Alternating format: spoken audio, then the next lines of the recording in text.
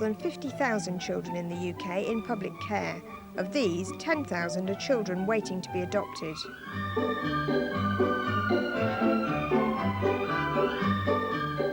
The process of adoption is long and complicated, over months or even years. Anecdotal evidence suggests that disabled people wanting to adopt come up against discrimination throughout this process. After a long struggle, Pam and Rick were successful in adopting 2 children through a local authority outside their area. Their own local authority had turned them down. We went to the local library for a meeting for prospective fosterers and adopters to see if we wanted to carry on. When we got there, we were ushered into the corner, sat down, and totally ignored for the whole meeting. When the meeting had finished, my husband went up to the social worker who was dealing with the interviews and things, and he said, is there any chance of us adopting? And she said, no chance. Julie and Paul decided to adopt when they were told it could be dangerous for Julie to have her own baby. But they found that the adoption agencies they approached wouldn't even consider them. Well, when I first rang, I spoke to a young girl. She said she would get the main woman to ring me back about it. And eventually I got hold of her. She just said, oh, I'm sorry, there's just no point in us coming out to see you when you're being disabled. She said, if you eventually get to the panel, which you probably wouldn't anyway, but if you did, if you had 2 files in front of you, one had disabled on the front and one had able-bodied, which one would you choose? And I said, well, I would choose the one that was more suitable to the child, for looking after the child. Well, she said, it doesn't work that way, I'm afraid. Even disabled people who have had a family of their own can face prejudice when it comes to adoption. Leslie and Neil had already brought up 3 children of their own when they decided that they would like to adopt. Their local authority was unwilling to consider them. However, they did eventually manage to adopt through Bernardo's. We didn't have any doubts that we could do it. We knew it wouldn't be easy, and we didn't want to be terror as mums and dads. It's what we enjoy doing with our children. It's been simple at time. And we also felt that we had the understanding of children with differences. That one. Having been deaf myself and had to cope with that, we felt that we had something to offer. There's a kind of political correctness which means that everybody has to be considered and everybody is equally welcome to apply. But when it comes down to brass tacks, bonk, the ball goes up. All right, off you go. Different adoption agencies use different techniques to assess potential adoptive parents. Pam had difficulty seeing the relevance of what she was asked to do. I had to write a diary, and I thought, oh, you know, just day-by-day things. But no, it was from the time I got up in the morning to the time I went to bed, everything I did, from going to the toilet, making a cup of tea, having a wash, anything, the slightest thing, I had to write down in this diary, including my sex life. Just go on, I've got you. You'd look at the day that you'd wrote out, and it was 8:30, made a cup of tea. 10 o'clock, dusted. You know, hoovered.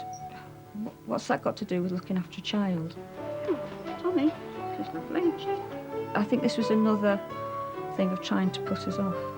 But no, I persevered. Hang on. We asked Felicity Collier, Director of the British Agencies for Adoption and Fostering, what guidelines there are for processing applications from disabled people. I don't think there are any specific guidelines about processing applications, and clearly it's important to treat everybody fairly and to recognise their interest. But this is actually about meeting the needs of children and not primarily about meeting the needs of adults who would very much like to be parents. So I think we do have to get the balance right. And I believe that social workers on the whole, despite some popular myths to the contrary, try very hard to be fair to people with whom they work. Well, when I rang one social worker, the first thing that she said to me when I told her that I was disabled, she asked me, is your husband capable of looking after you and a child as well? And I said, well, I don't need any looking after. And she said, oh, don't you need anything doing for you? I said, no, I can do everything. There's nothing I can't do. I'm in a wheelchair, but that's it. There's nothing I can't do.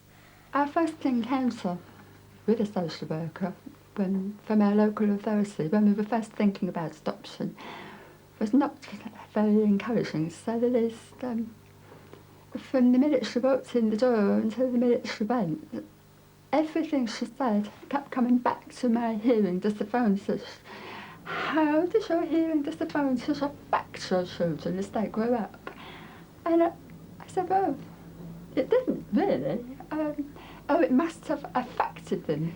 So I said, well, yes, I thought it had affected them. It had made them more considerate and aware of other people's problems.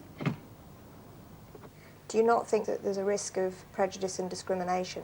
I think you'll find that all the agencies who act as adoption agencies, both local authorities and voluntary adoption agencies, have well-developed equal opportunity policies and want to ensure that there's equal access to service provision.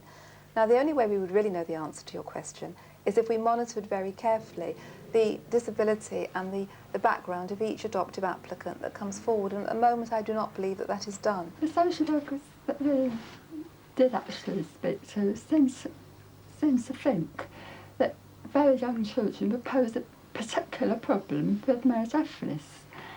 But as you said, though... Well, I said, you know, our own children weren't suddenly born at the age of 9. We had to get up over these problems before they reached that point. People who apply to adopt that are disabled are given the impression that you're some sort of freak. If you can't look after yourself, how on earth are you going to look after this child? You might as well just go and shut yourself in a cupboard, you know, and stay there for the rest of your life. They wouldn't let us have a deaf child. The reason was that we would have problems communicating with each other. They wouldn't consider us for a deaf child. I found that very hard to understand because I don't know if anybody knows what the problems are and how to cope with it. I don't know, maybe I'm just naive. When a outside authority get involved, then they have to pay your local authority what's known as an interagency fee. This fee was £14,000 for one child. So we then realised why our local authority suddenly became so interested in us and trying to be so helpful. I don't think they've got the child's best interests at heart. I think it's their reputation that they're trying to protect. If they let a disabled person adopt a child and they turned an able-bodied person down, they'd probably be all hell break loose. But the other way around, it doesn't matter. No one has an automatic right to adopt a child, but disabled people should at least have an equal right to be considered as prospective parents. So what's being done to ensure that when they do come forward, they are treated equally? I do think that we all aspire in every agency to treat people fairly and to take into account all aspects, including disability, in our non-discriminatory practice. The reality is that there are limited resources, there are limited numbers of social workers to assess applications, and there may be a wait. And secondly, we are dependent on medical advice and guidance. This prejudice that you're disabled, you can't cope for a child. But, you know, as I said to one social worker, but if I had a child of my own, would you take that child off me? Well, no. I said, well, what's the difference then? A child coming to live with us will want for nothing financially and loving-wise. And people say to us, we would make good parents. They say, what a shame, you know, you would make lovely parents, which I know that we would, given the chance.